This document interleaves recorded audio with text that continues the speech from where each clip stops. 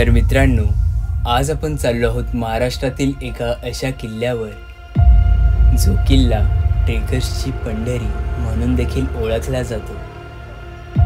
ज्या किल्ल्याला 4000 वर्षांपूर्वीची पौराणिक पार्श्वभूमी आहे आणि जिथे कलियुगाला दर्शवणारा स्तंभ आजही तटस्थ उभा आहे. आणि तो किल्ला म्हणजेच हरिश्चंद्रगड.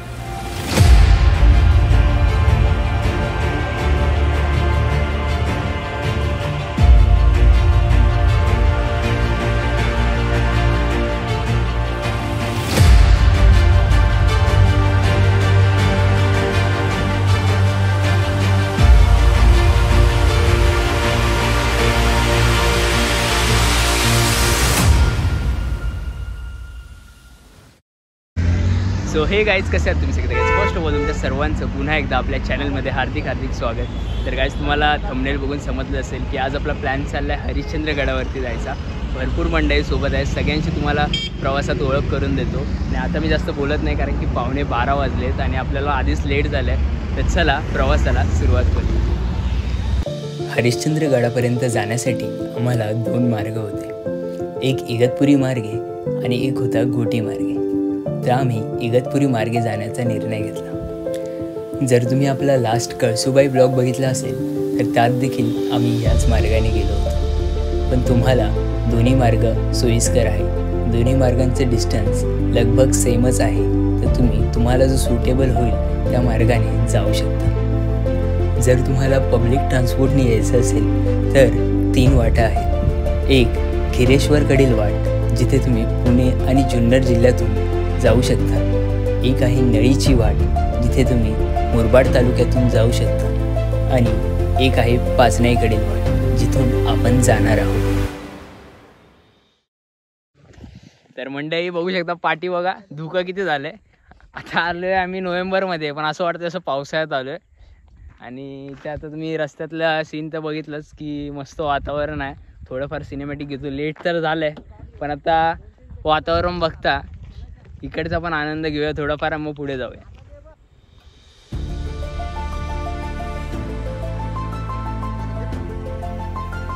हरिश्चंद्रगडाकडे जात असताना नोव्हेंबर एंडिंग असताना सुद्धा आपल्याला डोक्यावरती पावसाचे ढग पाहायला मिळाले.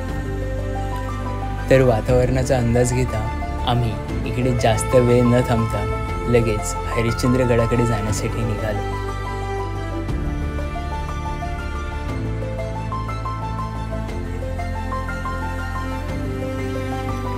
जसं मी तुम्हाला सांगितलं, हरिश्चंद्रगडाकडे जाण्यासाठी आपल्याला 2 मार्ग होते. पण आम्ही हा मार्ग का निवडला याचं कारण म्हणजे ही शांतता.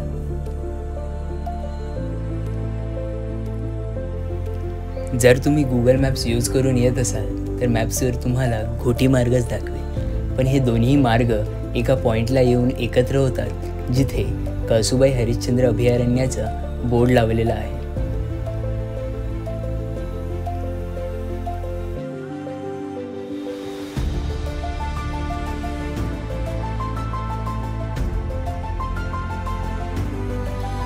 तर या पॉईंटपासून हरिश्चंद्रगड हा सुमारे 65 किलोमीटर लांब आहे.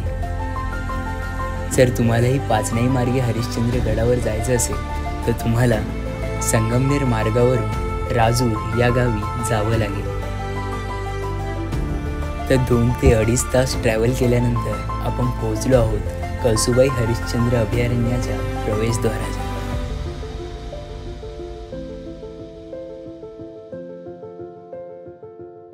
तर मंडळी, आता आपण आलेलो आहोत कळसुबाई हरिश्चंद्र अभयारण्याच्या प्रवेशद्वाराजवळ. आणि इथेच पाठी त्यांनी वेगवेगळ्या गडकिल्ल्यांची माहिती देखील दिलेली आहे.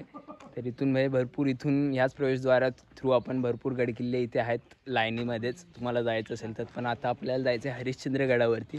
तर तो इथून सुमारे अजून 8 किलोमीटर पुढे आहे. मग तिथून आपली ट्रेकिंग स्टार्ट होईल.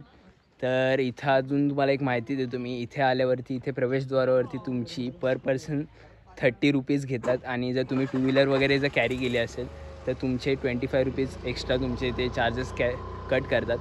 तर आता आम्ही जास्त वेळ घालवत नाही, आता आपण पुढे जाऊया. परत आम्ही अजून जेवण देखील केलेलं नाही, तर पुढे जाऊन जेवूया. तर चला. तर प्रवेशद्वारापासून हरिश्चंद्रगडाचा पायथा हा सुमारे 8 किलोमीटर दूर होता।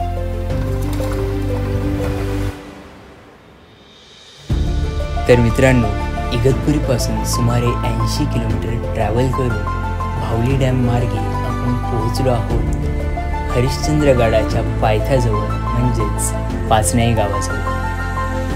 आणि पाचनाईपर्यंत पोहोचता पोहोचता आपल्याला रस्त्यात पेंटशेड, भंडारदरा डॅम, गुहिरे असे अनेक गावं लागतात आणि तिथून आपण पोहोचतो राजूरला। आणि राजूरवरून थोडंसं पुढे आल्यावरती आपल्याला लागते पुरुषवाडी। पुरुषवाडीतून थोडंसंच पुढे आल्यावरती आपण आपल्या पायथ्याच्या गावी पोहोचतो, ते गाव म्हणजेच पाचनाई। तर पाचनाईजवळ पोहोचता पोहोचता आम्हाला 3 वाजले आणि आम्ही सर्वप्रथम जेवायचा निर्णय घेतला। तर मंडळी, आता रेस्ट वगैरे करून झालं आहे, जेवण पण झालं आहे, पण आत्ता प्रॉब्लेम असं झालं आहे की वाजलेत 3:45 आणि आत्ता आम्ही ट्रेकला स्टार्ट करतो आहे। अजून पण आम्ही जिथे पार्किंग स्पेस आहे तिकडेच आहोत, पण एक चांगलं आहे ह्या गड किल्ल्याचे इथे की इथे पार्किंग वगैरे अवेलेबल आहे। तर आता बघूया, लेट तर भरपूर झालं आहे, 3-1 तासाचा ट्रेक आहे, अंधार तर होईल वाटते ट्रेकिंग करता करता आपल्याला, तरी जेवढं लवकरात लवकर आपल्याला जाता येईल तेवढं जाऊया। तर चला।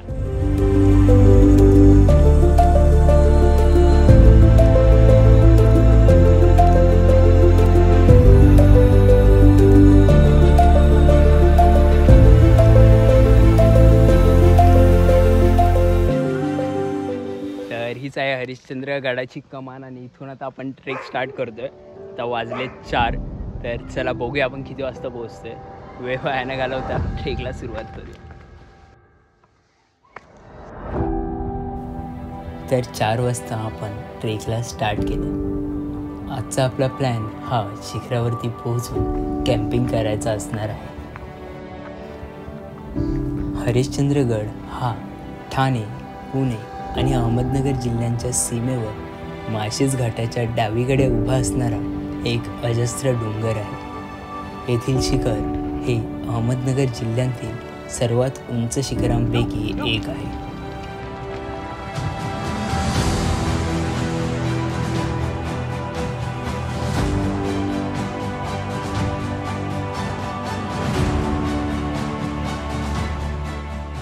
तर 20-25 मिनिटाच्या ट्रेकनंतर आता आपल्याला सीडी आणि रेलिंग लागलेली आहे। सीडीचं आता इथे दुरुस्तीकरण चाललं, म्हणजे समजा जवळपास नूतनीकरणच चाललं आहे सीडीचं। आणि आत्तापर्यंतचा प्रवास तरी चांगला आहे, थोडासा श्वास फुलायला झाला आहे कारण की आत्तापर्यंत पूर्ण सडा नाही, आता सीडी लागल्यावरती थोडंसं इझी जाईल कम्पॅरेटिव्हली। आणि आपल्याला चित्ता पण बघायला भेटणार आहे। चित्ता तर इथे जसं तुम्ही बघितलं चित्र आहे, पण या परिसरात खरंच बिबट्यांचा वावर आहे। वरती तर नसेल पण खालती आहे। बाकी ऋषी काय माहिती दिसेल आपल्या प्रेक्षकांना हरिश्चंद्रगडाची? तुझा तर सेकंड टाईम आहे, कौसुबाईला पण सेकंड टाईम होता याचा, हरिश्चंद्रला पण सेकंड टाईम आहे, फर्स्ट नसतं व्हावाचं कधी। हां, तर तुम्ही बघितलं इथे शिड्या नूतनीकरणचं काम चाललं आहे, तर आपण त्यांनाच विचारूया की त्यांनी इथपर्यंत एवढं सामान, आता आम्ही 25-30 मिनटाचा ट्रेक केला आहे, एकच बॅग आहे आमच्याकडे, तरी थकायला झालं आहे। ते तर बोलतं एवढं सगळं सामान त्यांनी स्वतः कॅरी करून वरती आणलं। आपण त्यांच्याशीच बोलूया। तर काय बोलता तुम्ही, हे सामान म्हणजे तुम्ही कसं कॅरी करून आणलं वरती? आता हे ना सगळं टोटल खांद्यावर आणलंय। बापरे, दोघांनीच? हा, दोघांनी नाही, आमची 6 जण आहे, आम्ही 3 टन मटेरियल वर आणलंय। अच्छा, 500 किलोचा जनसेट वर आणलाय। बापरे, एवढं तुम्ही आणलंय? आता हे परत वरती पण असेल तुम्हाला ना? आहे ना, काम आहे नंतर। आता पहिलं स्टार्टिंग इकडून आहे? Okay okay. पहिले इथे एक शिडी आहे पर्यटकांसाठी। अच्छा अच्छा, पावसाळ्यामध्ये ना इथे ना पडतात 2-3 जण पडले इथे। अच्छा, मग त्याच्यामुळे इथलं काम चालू आहे? ओके। तर तुमची मेहनत तर चांगली आहे, धन्यवाद धन्यवाद। तर त्यांच्याकडनं माहिती घेतली, याच्यानुसार तर कळालं आहे की हे फॉरेस्टच्या अंतर्गतच चाललं आहे काम, पण खरंच ते काम वाटतं तेवढं सोपं नाही आहे। आपल्याला वाटतं की ते फक्त त्यांना सीडी बनवायची आहे, पण तेवढं लोखंड वरती कॅरी करून आणता येते। आणि हा तरी पहिलाच टप्पा होता, अजून वरती पण त्यांना बऱ्याच पॅचेसमध्ये तसंच काम करायचं आहे ते बोलले। तर त्यांच्या माहितीप्रमाणे कळालं की भरपूर इन्सिडेंट्स होतात इथे, म्हणून आता फॉरेस्टने हे काम चालू केलं आहे। चांगलंच आहे, ट्रेकर्ससाठी देखील चांगलं आहे आणि इथल्या पर्यटकांसाठी देखील चांगलं आहे। तर चला आता प्रवास कंटिन्यू करूया। तर खरंच ह्या दादांचं काम हे खूपच कौतुकास्पद आहे आणि वन खात्याने देखील हे काम हाती घेतल्यामुळे इथे येणाऱ्या पर्यटकांना आणि ट्रेकर्सला नक्कीच याचा भरपूर फायदा होणार आहे.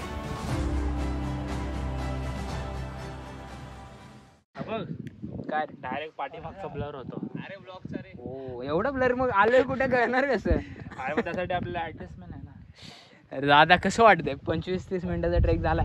किती किलोमीटर चाललं ते माहिती आहे का? हो अर्धा किलोमीटरच चाललं हो. आताचे. मग काय माझं किती किलोमीटर आहे? किलोमीटर ना 2 तासाचा ट्रेक आहे. सोपा आहे. एक तासाचा झाला तर 1 तासच बाकी. हा 1 तासच पकड. माझ्यासाठी 2 तास ना. नाही 1च तास. दादा फास्ट आहे एकदम. आज वेगळी गोष्ट फास्ट आहे. दादाचं ओझं पण भरपूर आहे. दादाकडे 2 बॅग्स आहेत. वरनं ट्रायपॉड पण कॅरी केला कारण की आपल्या ब्लॉगमध्ये जे सिनेमॅटिक्स येणार आहेत भरपूर दादाच देणार आहे आपल्याला सिनेमॅटिक. तर त्यासाठी दादाचं थँक्यू. चॅनलचं हे देणार आहे, खाली मेन्शन देणार आहे. दादाच्या चॅनलचा पण मी खालती आयडी देतोय. काय माहिती आमच्या आधी दादाचाच ब्लॉग येईल सांगता येत नाही. ते तर सांगता येत नाही. दादाच आमच्यापेक्षा जास्त शूट घेतोय यावर्षी. बघूया. तर हरिश्चंद्रगडावर ट्रेक करत असताना आम्हाला इंद्रधनुष्य दिसले. पण जर तुमचं नशीब चांगलं असेल तर इथे एक विशेष प्रकारचं इंद्रधनुष्य दिसतं. त्याचं नाव आहे इंद्रवज्र.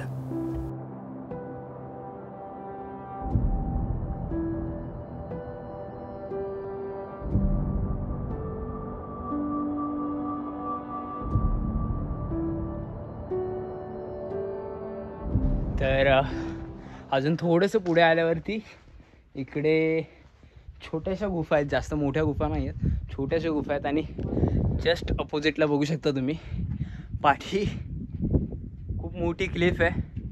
आणि हे जे पाण्याचं धरणं दिसतं आपण तिथनंच आलो आहे. तर जाऊया. 4:30 वाजलेत. किती वाजता पोहोचू सांगता येत नाही. पण मला तरी वाटते कम्पॅरेटिव्हली कळसुबाईपेक्षा लवकर पोहोचू कारण की हा छोटासा ट्रेक आहे. आणि जे आपल्या चॅनलवरती पूर्वीपासून आहे त्यांना तर माहिती आहे पेप किल्ला आम्ही असा ट्रेक केलेला. सगळ्यात इझी ट्रेक होता तो आणि आमचा सगळ्यात हार्ड ट्रेक झालेला तो. त्याच्यामुळे आम्हाला तर कळसुबाई पण काही नव्हतं वाटलं. आणि आता हरिश्चंद्र पण आहे, तो पण आत्तापर्यंत तरी एवढा काही वाटत नाही आहे ट्रेक. तर चला.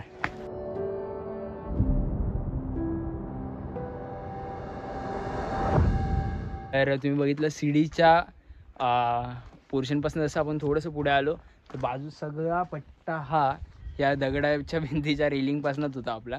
आणि बाजूलाच दरी होती. जसं तुम्ही बघितलं बाजूलाच दरी. आत्ता नॉर्मल वाटत असेल तुम्हाला व्हिडिओमध्ये पण आत्ताच आम्हाला खूप मजा येते. आणि पावसाळ्यात तर ऋषीने सांगितल्याप्रमाणे इथून सगळं पाणीच असतं बोलतोय तो. आणि इथे पण समजा छोटे छोटे वॉटरफॉल्सच असतात. बरोबर आहे का ऋषी? बरोबर आहे. त्या साईडला एक मोठा वॉटरफॉल आहे. अच्छा तू पावसाळ्यातच गेलेलास का? तू लास्ट आहे हरिश्चंद्रचा? नाही पावसाळ्यात नव्हता. ठीक आहे चला जाऊया पुढे. आणि तुम्ही पाठी बघू शकता. तर इथून थोडंसं पुढे आल्यावर आपण ऋषीने सांगितल्याप्रमाणे बालीघाट वॉटरफॉल जवळ पोहोचतो. तर आता जवळजवळ ट्रेक स्टार्ट करून 1 तास झाला आहे. आणि आम्ही आत्ता हा छोटासा वॉटरफॉल आहे तिकडे पोहोचलो आहे. आणि पाऊस चालू झाला आहे.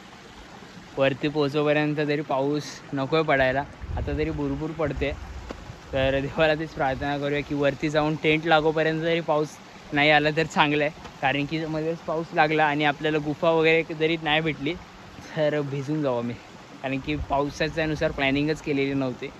वातावरण आहे जरा काल परवापासून पाऊसच चालू आहे. पण बघूया देवाच्या कृपेने आत्तापर्यंत तरी चांगला प्रवास झाला आहे. पुढचाही चांगलाच होईल.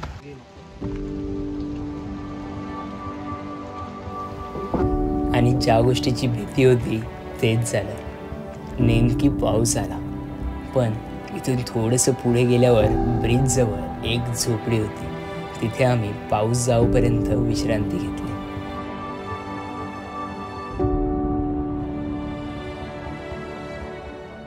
तर धबधब्याच्या स्पॉटपासून या ब्रिजच्या स्पॉटपर्यंत पाऊस लागलेला आम्हाला. तरी इथे ब्रिजजवळ एक झोपडी होती म्हणून आम्ही इथे रेस्ट केला. पण आमचा अर्धा पाऊण तास वाया गेला इथेच. आता पाऊस थांबला आहे बऱ्यापैकी. तर निघूया आता. हे पण निघालेत आपण पण निघूया लवकर. वाजले आहेत 5:15. बघूया किती वेळ लागतोय काय तरी बरं आहे, अजून अंधार नाही पडला. अंधार पडायच्या आत ट्राय करायचं वरती पोहोचायला. तर चला जाऊया. तर आम्ही सर्व भिजलेल्या अवस्थेत असतानाच हा ट्रेक कंटिन्यू केला. पावसाचा सीझन नसताना देखील ह्यावेळेस अवकाळी पाऊस आला होता.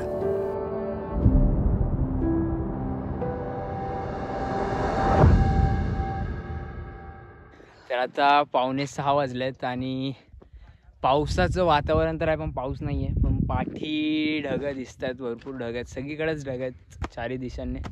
बघूया, होप्स करूया की पाऊस नको पडायला. वरती भरपूर व्यवस्था आहेत, हॉटेल्स पण आहे. म्हणजे हे गड तसं कळसुबाई सारखंच आहे समजा, व्यवस्था आहे. जास्त काही तिथे टेन्शन नाही व्यवस्थित, फक्त वर पोहोचोपर्यंत पाऊस नको आहे. बघू आत्ता किती ट्रेक झाला आहे ते पण माहिती नाही, कारण की ह्या ट्रेकिंगच्या वेळेस आम्ही कोणी माहितीच काढली नाही. फक्त ऋषीला माहिती होती, पण त्याने पण 7-8 वर्ष आधी ट्रेक केलं म्हणून त्याला पण आयडिया नाही अजून किती बाकी आहे. बघूया, चला.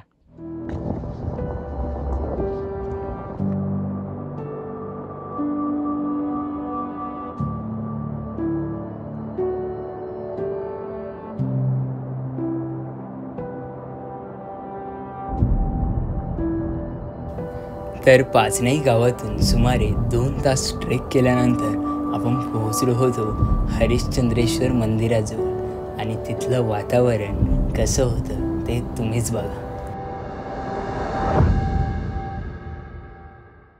तर आता 6 वाजत आलेत आणि आम्ही फायनली पोहोचलो आहे.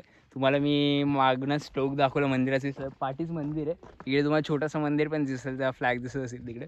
पोहोचलो आहे, पण वातावरण तुम्ही बघू शकता, वाटणार नाही आम्ही आलो आहे नोव्हेंबरच्या एंडिंगला, म्हणजे ऑलमोस्ट डिसेंबरमध्येच आलो आहे समजा. आणि वातावरण असं दिसतं असं जून जुलैमध्ये आलो आहे. काय ऋषी, काय जुने आजचं पावसाळ्यात ट्रेकचा प्लॅन करून ट्रेकला आलो नाही ना, म्हणून आता पाऊस आला.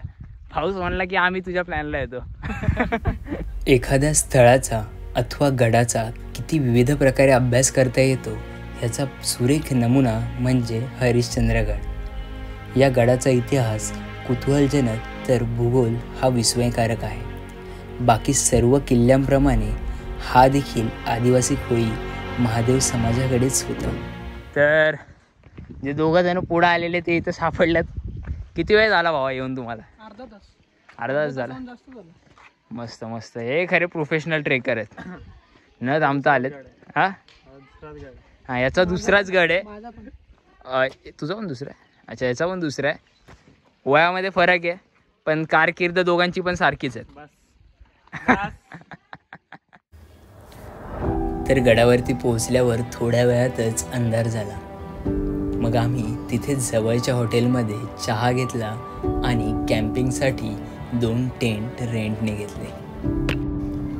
कॅम्पिंगला येणाऱ्यांसाठी येथील गणेश गुफेमध्ये बरीचशी जागा अवेलेबल आहे. टेंट लावल्यानंतर आम्ही सर्वप्रथम जेवायला घेतलं आणि त्यानंतर आमच्या मित्रांची जमली एक मस्त महफिल.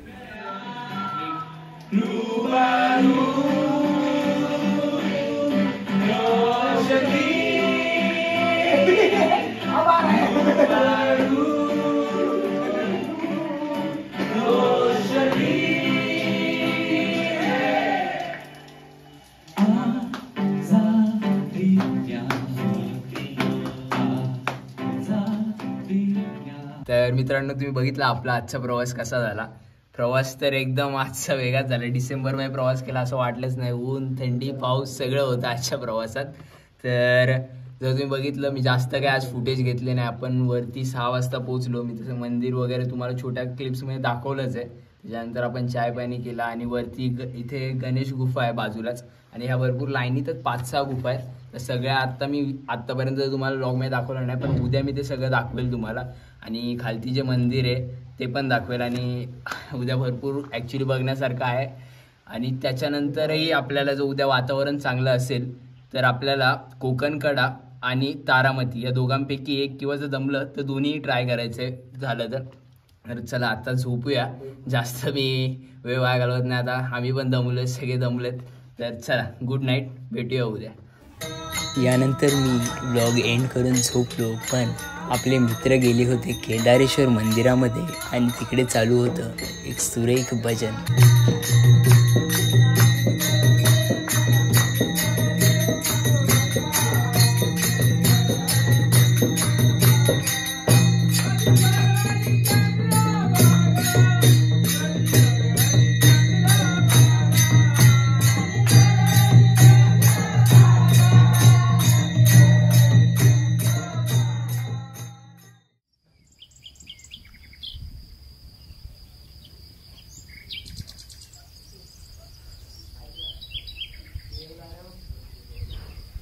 तर सुप्रभात मंडळी. आता सकाळ झाली आहे, सकाळचे 7:30 वाजलेत आणि आता आम्ही फ्रेश वगैरे झालो आहे. उठलेलो आम्ही 7 वाजताच, फ्रेश वगैरे झालो आहे आणि तुम्ही बघू शकता पाठी जी गुफा आहे तिथेच आम्ही राहिलेलो रात्री. तुम्हाला सगळ्या गुफा दाखवतोच. ही एक गुफा आहे, बाजूला एक गुफा आहे आणि त्याच्या बाजूला गणेश गुफा आहे आणि अशा लाईनीतच 5 गुफा आहेत. आपली गुफा तुम्ही जसं बघितली थोडी छोटी होती, 3 टेंटच लागले, पण बाजूच्या गुफा भरपूर मोठी, मला वाटतं कमीत कमी 10 टेंट लागतील तिकडे, एवढी मोठी गुफा आहे बाजूला. म्हणजे बाजूची गणेश गुफा पण मोठी आहे आणि 5 गुफा आहेत या लाईनीत. आता त्यामुळे मी तुम्हाला व्लॉगमध्ये दाखवतो. रात्री काहीच दाखवता आलं नाही कारण की अंधार झालेला आणि वातावरण पण चांगलं नव्हतं, कारण की पाऊस धुकं सगळं. डिसेंबरच्या वेळेस म्हणजे आता नोव्हेंबर एंडिंगलाच एवढं असं धुकं आणि पाऊस आला. ठीक आहे, पण आपल्याला काय त्रास झाला नाही त्याचा, कारण की आपण वरती पोहोचलेलो. रात्री पण भरपूर पाऊस झाला. आता तुम्हाला मी दाखवतो. काल रात्री आपण आलेलो केदारेश्वर मंदिरच्या इथनं, ते जस्ट आता माझ्या पाठी आहे आणि तिकडेच आपल्याला केदारेश्वर शिवलिंग पण आहे, तिकडे पण जायचं आहे. आज सगळं तिकडेच बघू, कारण की काल रात्री काय बघता आलं नाही वातावरणामुळे आणि अंधारामुळे, आणि तुम्हाला पण दाखवता आलं नाही. पण काल रात्री जसं मी व्लॉग आपला मी झोपलेलो तुमच्याशी बोलून, त्याच्यानंतर गौरव वगैरे सगळे गेलेले केदारेश्वर मंदिरामध्ये. काल तिकडे भजन होतं आणि तिकडे म्हणजे काल जेवण पण होतं, म्हणजे कधी कार्यक्रम होता काल, सोमवार पण होता. तर त्यांनी तिकडचं जे फुटेज घेतले ते मी टाकलेच असेल, तुम्ही तर बघितलेच असतील ते आता. तर आता रिलॅक्स झालं आहे, टेंट आवरतो, त्याच्यानंतर आम्ही मग थोडंफार जर नाश्ता वगैरे केला तर नाश्ता करू. त्याच्यानंतर मी तुम्हाला गुफा दाखवतो. आपण मग मंदिरामध्ये जाऊ, नंतर मग आपल्याला जायचा प्लॅन आहे कोकणकड्याला. तर चला. तर मित्रांनो, तुम्ही जसं बघत आहात गणेश गुफाच्या लाईनमधली सर्वात प्रथम गुफा जी आहे तिथेच रात्री आपण कॅम्पिंग केली होती. तर चला आता मी टेंट आवरतो आणि तुम्हाला दाखवतो इथे असलेल्या सर्व गुफा. तर जसं तुम्ही बघत आहात लाईनीतच 3-4 गुफा आहेत. ही आहे दुसरी गुफा आणि ही आहे त्याच्या बाजूला गणेश गुफा. या गुफेला गणेश गुफा यासाठी म्हटलं जातं कारण इथे एक सुंदर अशी भव्य दिव्य गणेशाची मूर्ती आहे. तर आपल्या सर्व सामानाची आवरावर करून आपण गेलो केदारेश्वर मंदिराकडे आणि तिथून सनराईज बघायचा जो व्ह्यू होता तो मी तुम्हाला शब्दात नाही सांगू शकत. पण ॲक्च्युली तुम्ही जर येणार असाल तर तारामतीवरून सनराईज बघायचा आनंद हा वेगळाच असतो.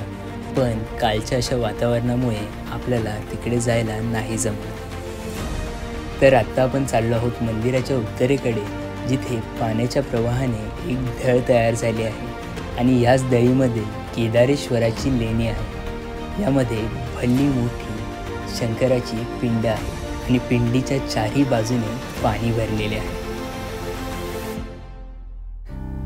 असं म्हटलं जातं की या शिवलिंगाच्या बाजूचे 4ही खांब हे 4 युग दर्शवतात आणि यातीलच 4था खांब हा दर्शवतो कलियुग.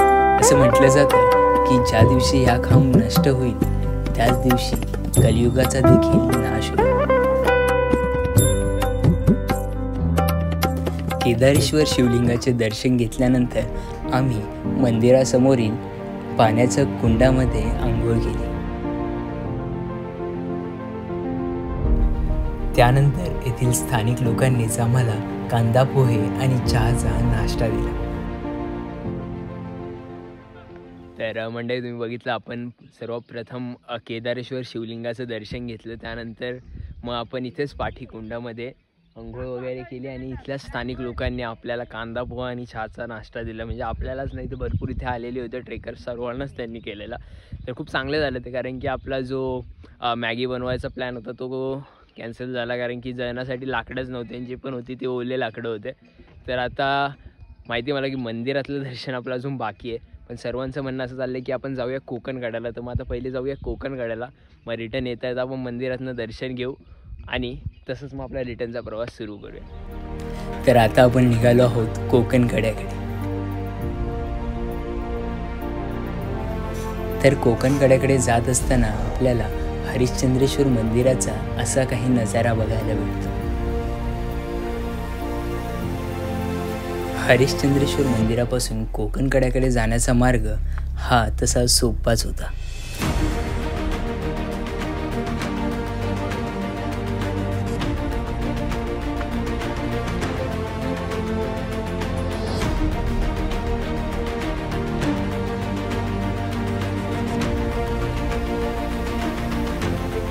तर हरिश्चंद्र मंदिरापासून सुमारे 1200 मीटरचा ट्रेक केल्यानंतर आपण पोहोचतो कोकणकड्याला.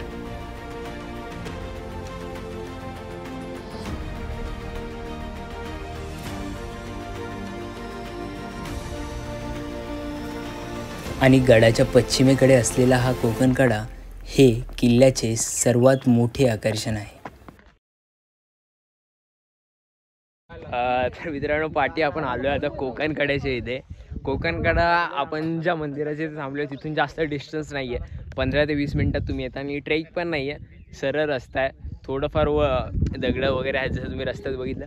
फायनली आता आपण आलो आहे कोकणकड्याला आणि तुम्ही पाठी फॉग बघू शकता. पूर्ण सगळीकडे फॉग झाला आहे, सगळीकडे धुकं पसरलं आहे आणि सगळे एन्जॉय करतात. आणि पहिली गोष्ट ही चांगली आहे की आम्ही आलो आहे आणि आता कोणच नाही आहे इथे, पीस आहे पूर्ण. आता एन्जॉय करूया. तुम्हाला मी सिनेमॅटिक देतो कोकणकड्याचे, बघा.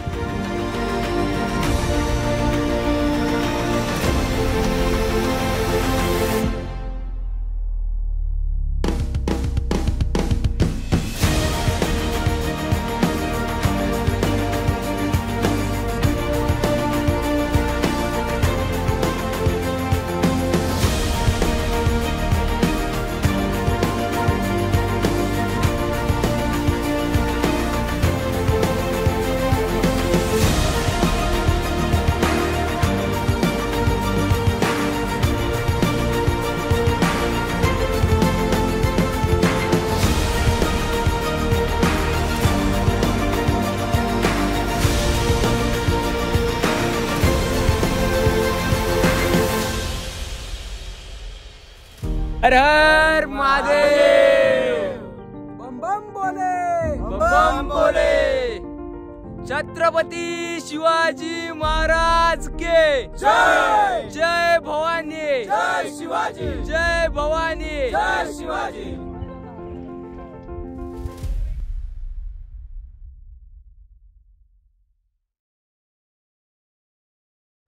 तर कोकणकड्यावरून रिटर्न आल्यावर आम्ही तेथीलच एका हॉटेलमध्ये चहा पिला आणि तेथील दादांनी आम्ही जी मॅगी कॅरी केली होती ती मॅगी बनवून दिली.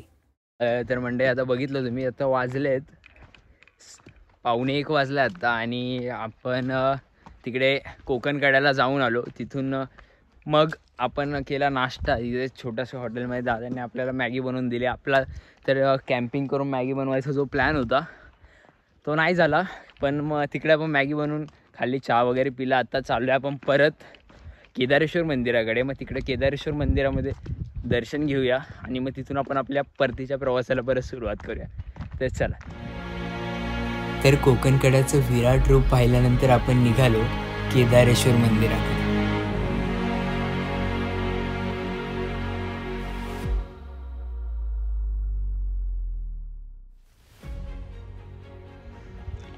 तर मंडळी, कोकणकड्यावरून रिटर्न आल्यावरती हे इकडे आता केदारेश्वर मंदिर आहे, त्याच्याच बाजूला आहे केदारेश्वर शिवलिंग. आणि आपण सकाळी तिकडे त्या डाक्यामध्ये आंघोळ केलेली आणि आपण रात्री जे स्टे केलं ती लोकेशन तुम्हाला सांगतो. ती लोकेशन आहे तिकडे आहे गणेश गुफा, तिथे आपण काल रात्री स्टे केलेला. आणि आत्ता आपल्याला परत असंच सरळ जायचं आहे आणि मग इथून पण 3 गावांना जातात रस्ते. तर आपण ज्या गावातून आलेलो आपल्या तिकडेच जायचं आहे. नाव मला देखील माहिती नाही आहे. तर हरिश्चंद्र मंदिराजवळ फिरत असताना आम्हाला 2 ठिकाणी साप बघायला मिळाले. तर चला आता आपण दर्शन करूया केदारेश्वर मंदिराचं. तर मित्रांनो, हे आहे केदारेश्वर शिव मंदिर, जे या किल्ल्याचं प्रमुख आकर्षण आहे. हे मंदिर खूप प्राचीन असून याचं बांधकाम हे हेमाडपंथी बांधकाम आहे. तसेच हे मंदिर 12व्या शतकापेक्षा जुने शालिवाहन काळातील शिव मंदिर आहे. या मंदिराच्या परिसरात देवांचे छोटे मंदिर आहेत. या किल्ल्याचे बांधकाम कधी केले गेले हे सांगता येत नाही, पण इसवी सन 12व्या-13व्या शतकात येथे योगी चांगदेव वास्तव्यात असावेत असे मानले जाते. चांगदेवांच्या तत्वसार ग्रंथाच्या एका ओवीत शके 1234 मध्ये हरिश्चंद्र गडावर हा ग्रंथ पूर्ण केल्याचा उल्लेख आहे. हा किल्ला छत्रपती शिवाजी महाराजांच्या दुसऱ्या सुरत लुटीनंतर स्वराज्यात दाखल झाला.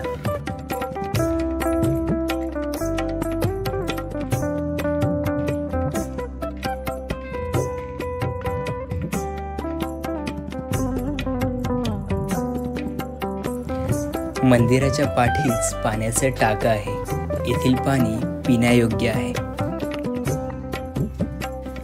मंदिरासमोरील पुष्करणी तलावाच्या कोनाड्यांमध्ये पूर्वी ह्या मूर्त्या होत्या.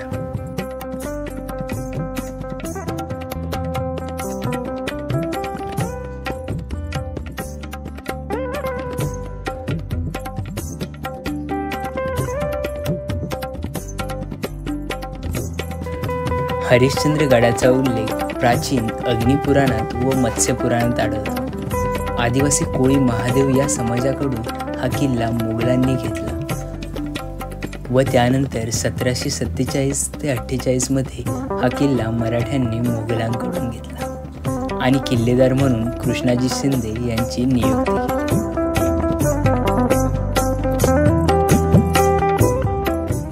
तर मित्रांनो, आपलं आता केदारेश्वर मंदिरातलं दर्शन जे बाकी होतं ते पण कंप्लीट झालं आहे आणि अशा प्रकारे आपला हरिश्चंद्र गडाचा ट्रेक हा पूर्णपणे कंप्लीट झालेला आहे. आणि आता आपण निघणार आहोत आपल्या परतीच्या प्रवासाला. तर हाच होता आपला ओव्हरऑल हरिश्चंद्र ट्रेक. तुम्हाला कसा वाटला हा ट्रेक आणि हा व्हिडिओ नक्की मला कमेंट्स करून सांगा. आणि जर व्हिडिओ आवडला असेल तर व्हिडिओला लाईक करा, शेअर करा आणि जर तुम्ही अजून चॅनलला सबस्क्राईब केलं नसेल तर सबस्क्राईब करा. चला मित्रांनो, भेटूया नेक्स्ट व्लॉगमध्ये. Till then bye bye, see you, take care. जय भवानी, जय शिवाजी. तर असा काहीसा होता आपल्या ट्रेकर्सच्या पंढरीमधला अविस्मरणीय अनुभव. तर चला पुन्हा लवकरच भेटूया एका विस्मयकारक इतिहासासोबत नवीन किल्ल्यावर.